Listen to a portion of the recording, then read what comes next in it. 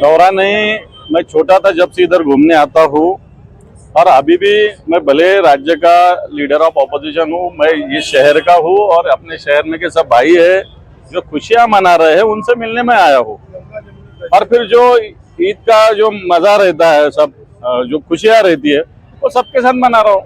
Sir, एक मिठास के बीच में राजनीति तौर पे कुछ घटनाएं, समाचार ऐसे मिलते हैं जैसे नमाज को लेकर, तो बतौर आप एक एकता के तौर पे कैसे देखते हैं? ऐसी घटनाएं नहीं होना चाहिए। ये देखो, करने वाले करते हैं, उससे कोई फर्क नहीं पड़ेगा। लोग समझदार हो गए, अभी लोग समझदार हो गए।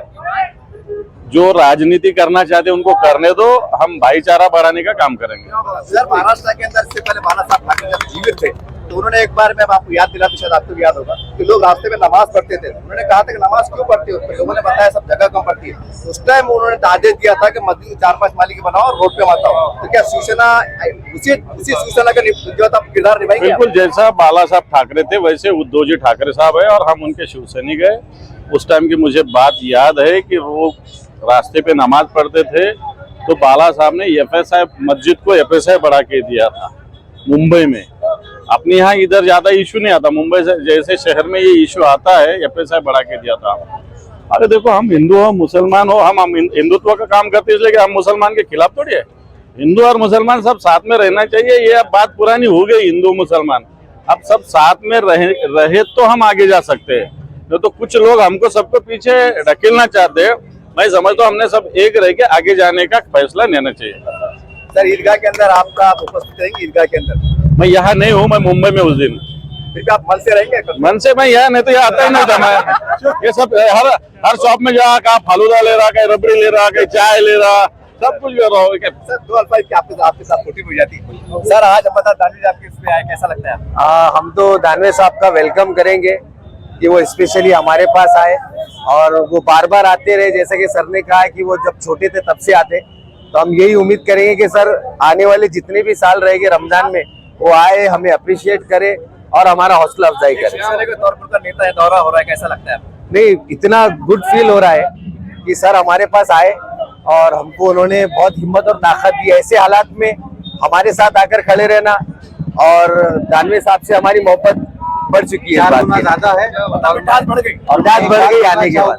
कि जिस तरीके से सर ने आके एक मोहब्बत, अमन, इत्मीनान और अपनी सरपरस्ती का गाइडेंस दिया है, वो हर बार आए यहाँ पे और खास तौर से बूढ़ी लाइन के लिए, हमारे मोहल्ले के लिए कुछ खास सोचे ताकि हम भी सर का बहुत अच्छे से शुक्रिया अदा कर सके, बार बार सर को यहाँ बुला सके। और ये सर का बचपने का अपनापन, अपनी मोहब्बत और सारी चीजें हैं और सबके लिए है, सभी समाज के लिए है। तो इंशाल्लाह आगे भी रहेंगी और खास हम अपील करेंगे कि आप बूढ़ी लाइन में आइए और अपना गाइडेंस और सरपरस्ती हमको दीजिए सर। आज औरंगाबाद शहर से पूरे हिंदुस्तान को अगर किसी ने मैसेज दिया है तो हमारे बाला साहब ठाकरे के एक सिपाही है, उन्होंने मैसेज दिया है औरंगाबाद में जो गंगा जमनी तहजीब अगर कहीं है जिंदा तो औरंगाबाद शहर में है।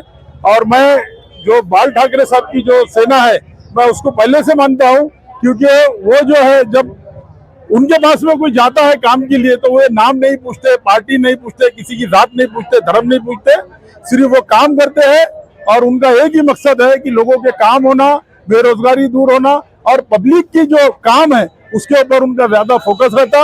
और अंबादास दानवे साहब यहाँ पर आए, मैं सभी मुसलमान भाइयों की तरफ से उनको एडवांस में ईद की मुबारकबाद देता हूँ और ये दुआ करता हूँ कि इसी तरीके से हमारे औरंगाबाद शहर को किसी की नजर ना लगे, हिंदू, मुस्लिम, सिख, ईसाई सब हम में एकता रहे, मोहब्बत रहे और इसी सिलसिले को हम आगे बढ़ाएंगे।